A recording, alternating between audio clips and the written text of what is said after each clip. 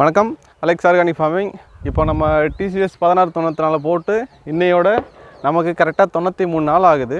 இந்த 93 நாளில் நம்ம வந்து ஏற்கனவே சொல்லியிருந்தோம், செடி வந்து நில வதக்க போடணும் அப்படின்னு சொல்லிட்டு. ஏன்னு சொல்லி கேட்டிங்கன்னா, நம்ம காய் வந்து ஒரே திரட்சியாக நல்லா கல் போல் முற்றணும், நல்லா வெயிட் விடணும்னு சொல்லி பார்த்தோம்னா, நம்ம அந்த 80 நாளுக்கு மேலே சொன்னோம் பார்த்தீங்களா, அந்த முத்துறதுக்காக நம்ம செடி வதங்க போட்டிருக்கோம்.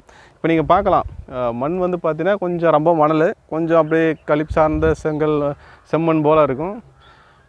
அந்த சைடு பார்த்தீங்கன்னா கொஞ்சம் மணல் பூமி, இந்த சைடு பார்த்தீங்கன்னா கொஞ்சம் களிமண் சேர்ந்த ஒரு மணல் பூமி போல் இருக்கும். அப்புறம் கீழே போனால் கொஞ்சம் செங்கட்டு போல் இருக்கும்.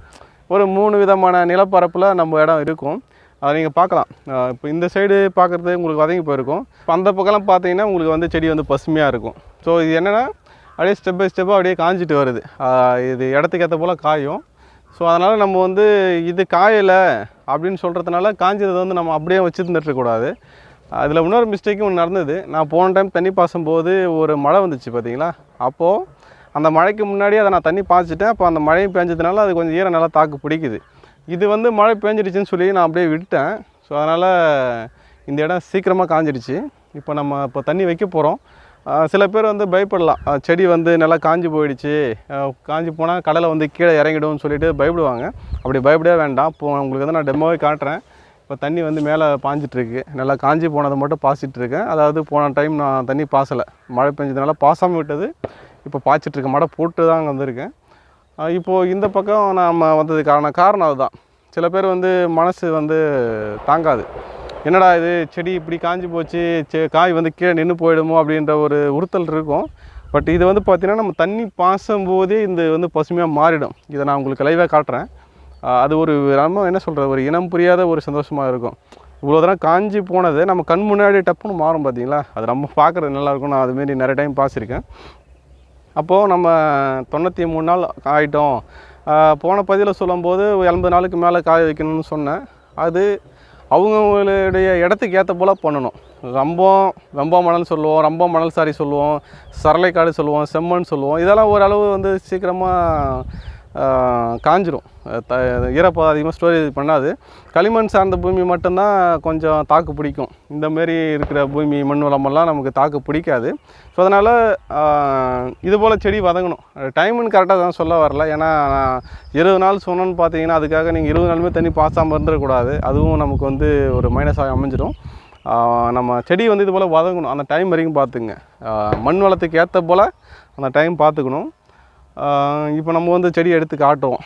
இப்போ வந்து இந்த செடி பிடுங்க முடியாது. இப்போ இந்த செடி காஞ்சி போயிருந்தா உங்களுக்கு லைவாக காட்டுறேன் பாருங்கள். இப்போது பாருங்கள், உங்களுக்கு தெரியும் இந்த செடி வந்து எப்படி காஞ்சி போயிருன்னு பாருங்கள். நல்லா வதங்கி போயிருக்குங்களா, தெரியும் பாருங்கள். இந்த செடி பார்த்தாலே நமக்கு என்ன தோணும், என்னடா செடி இது போல் வதங்கி போச்சு அப்படின்ற ஒரு மனக்கவலை இருக்கும். செடி பாருங்கள் சுத்தமாக வாடி போச்சு, உங்களுக்கு தெரியும். இப்போது இதில் நம்ம தண்ணி ஊற்றி ஒரு செடி கூட நம்ம எடுத்து காட்டுவோம். பாருங்கள், இந்த ஒரு பாத்தி மட்டுமே நல்லா காஞ்சிருக்கு நம்ம தண்ணி பாசாததுனால. இப்போது நம்ம இந்த நல்லா வதங்க போட்ட நம்ம TCS 1694 ஒரு செடி எடுத்து காட்டுறோம். தண்ணி ஊற்றி அப்படியே பிடுங்க முடியாது, அறுத்துக்கும். ஸோ தண்ணி அந்த பக்கம் பாஞ்சிட்ருக்கு. ஸோ இது எப்படி இருக்குன்னு நம்ம வந்து லைவாகவே பார்க்கலாம். கிட்ட வந்தீங்கன்னா உங்களுக்கு லைவாக காட்டுறேன் பாருங்கள்.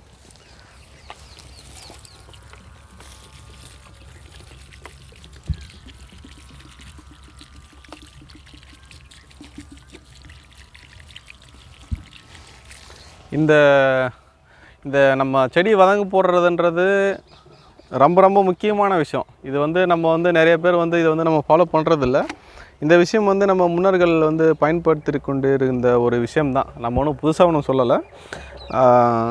அந்த காய் வந்து பார்த்திங்கன்னா அப்படியே ஒரு செடி எடுத்து உரித்தோம்னா உரிக்கவே முடியாது, அந்த மாதிரி கல் மாரி இருக்கும். அதனால தான் மெயினாக வந்து பார்த்திங்கன்னா நம்ம செடி வதங்க போடுறதுக்கு காரணமே. இதில் இன்னொரு மைனஸான ஒரு விஷயம் என்ன இருக்குன்னா, நீங்கள் முன்கூட்டியே இந்த 60 நாள் 50 நாள் அப்பயே செடி வதங்க போட்டிங்கன்னா அது சவலையாக அடிச்சிடும். ஸோ அதையும் பார்த்துங்க. 80 நாளுக்கு மேலே போயிட்டாலே உங்களுக்கு வந்து 75% காய் வந்து முத்தி போய் இருக்கும். முன்கூட்டியே காய போடக்கூடாது, 80 நாளுக்கு மேலே தான் காய போடணும். அந்த செடியை வந்து நம்ம வந்து எடுத்து பார்க்கலாம்.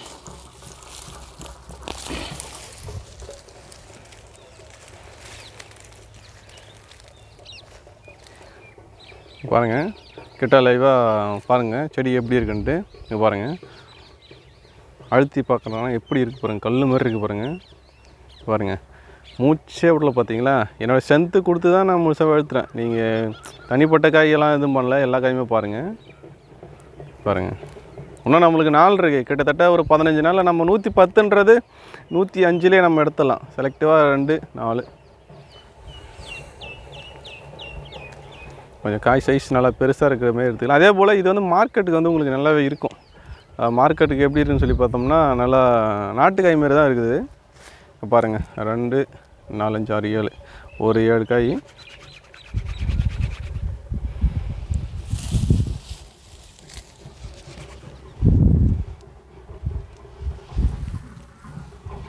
நான் லைவாக அப்படியே உரிச்சு காட்டுறேன் பாருங்கள்.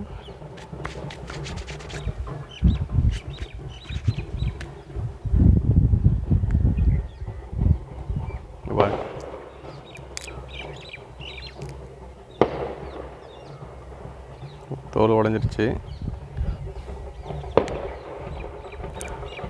ரொம்ப ஸ்ட்ராங்காக இருக்கிறதுனால தோல் வந்து பார்த்திங்கன்னா உடஞ்சி போயிடுது. இது உரிக்கவே முடியலைங்க. இது பார்த்தீங்களா, இது அந்த கருவடுங்கிறது. நான் எல்லாத்தையும் உரித்து காமிக்கிறேன். நம்ம இப்போ இந்த 15 நாளுக்கு முன்னாடியே நமக்கு இப்படி இருக்குதுன்னு பார்த்தீங்கன்னா, இன்னும் அந்த 15-10 நாள் கழிச்செல்லாம் போயிட்டோம்னா இது ரொம்ப நல்லா திடமாக இருக்கும். பயிர் வந்து முழுப்பாக இருக்கும். என்னென்னா 3க்கு 1ன்னு சொல்லுவாங்க. அதாவது ஒரு 40 கிலோ மூட்டையில் ஒரு 3 மூட்டை போட்டோம்னா நமக்கு வந்து 80 கிலோ பயிர் வரணும்னு சொல்லுவாங்க. அதான் 3க்கு 1ன்னு சொல்கிறது. நல்ல இது வந்து கண்டிப்பாக வரும். ஏன்னா கிர்னர் பயிரில் கொஞ்சம் கம்ப்ளைண்ட் வந்துட்டுருக்கு, காய் சரியாக முத்தலன்ட்டு. அடுத்த முறைலாம் கிர்னர் பை வந்து உங்களுக்கு எந்த இடத்துல எதுவும் விற்பனைக்கு பாதிப்பு இல்லாமல் ஃப்ரீயாக இருக்கும் அந்த இடத்துல பண்ணுங்கள். விற்பனைக்கு பிரச்சனை இருக்குது, அப்படியே நல்ல மகசூல் எடுக்கணும்னா நீங்கள் TCS 1694 தாராளமாக பண்ணலாம். பாருங்கள் எவ்வளோ டார்க்காக இருக்குது பாருங்கள், கருப்பாக. சிலது ரொம்ப உரிக்கவே முடியல.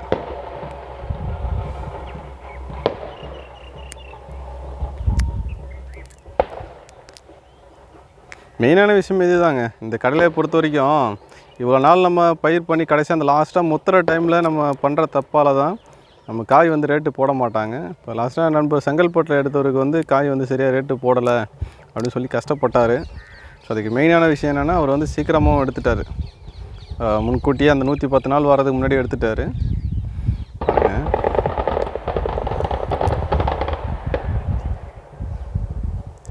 காய் ஒன்றும் நல்லா அந்த முழுப்பாக இருக்குது பாருங்கள், ஃபுல்லாகவே முழுப்பாக இருக்குது. அதனால தான் சரி நம்ம வீக்லி வந்து நம்ம சண்டே தான் வீடியோ எடுப்போம் நம்ம நிலத்தில். அதனால் வேலைக்கு போகிறதுனால நம்ம ரெகுலராக எடுத்து போட முடியல, வெளியில் போகணும். ஸோ அதுக்கான வாய்ப்பு கொஞ்சம் கம்மியாக இருக்கிறதுனால பதிவு போக முடியல.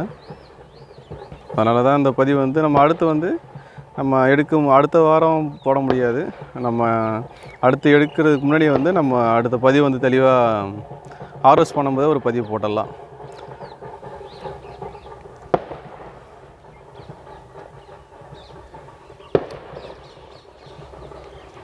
பார்த்தீங்கன்னா பாருங்கள் இந்த ஓடு எப்படி இருக்குது பாருங்கள். இதுதான் மெயின். இந்த வரைக்கும் பார்த்தீங்களா,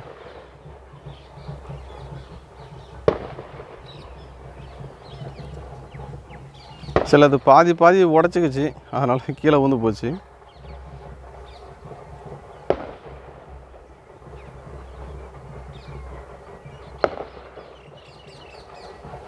இங்கே பார்த்தாலே உங்களுக்கு தெரியும் இந்த ஓடு வந்து எப்படி வந்து கருப்பாக இருக்குது பார்த்தீங்கன்னா. இந்த பயிரினுடைய திரட்சியம் பாருங்கள் எப்படி இருக்குன்னு பாருங்கள்.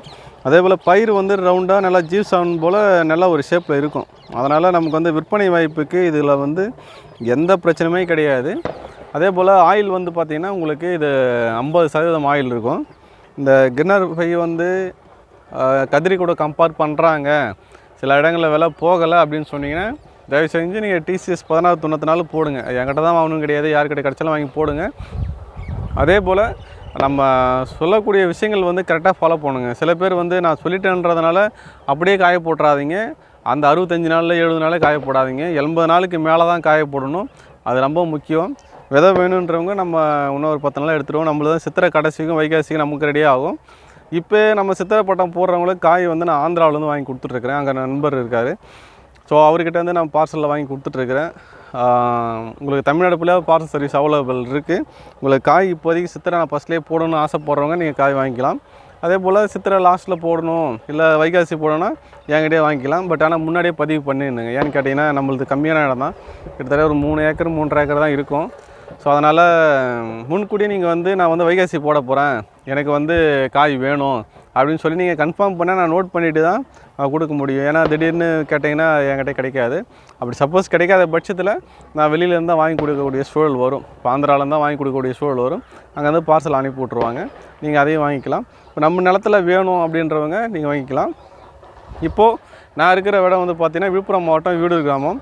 இப்போ இந்த இடத்த வந்து பார்க்கணும் அப்படின்னு சொல்லி நினைக்கக்கூடிய விவசாயிகள் வந்து நேரடியாக பார்க்கலாம், கலாய்வு பண்ணலாம். இப்போ நீங்கள் பக்கத்தில் இருக்கீங்க, விழுப்புரம் மாவட்டத்துக்குள்ளே இருக்கிறீங்க, இந்த ரகத்தை பற்றி உங்களுக்கு தெரியணும்னு அப்படி ஆசைப்பட்டீங்கன்னா நீங்கள் நேரடியாக வந்து ஃபார்ம் வந்து விசிட் பண்ணலாம். நீங்கள் ஃபோன் பண்ணிவிட்டு நீங்கள் தாராளமாக வந்து இடத்த பார்க்கலாம். நீங்களே செடியும் பிடிங்க பார்க்கலாம். நன்றி, வணக்கம்.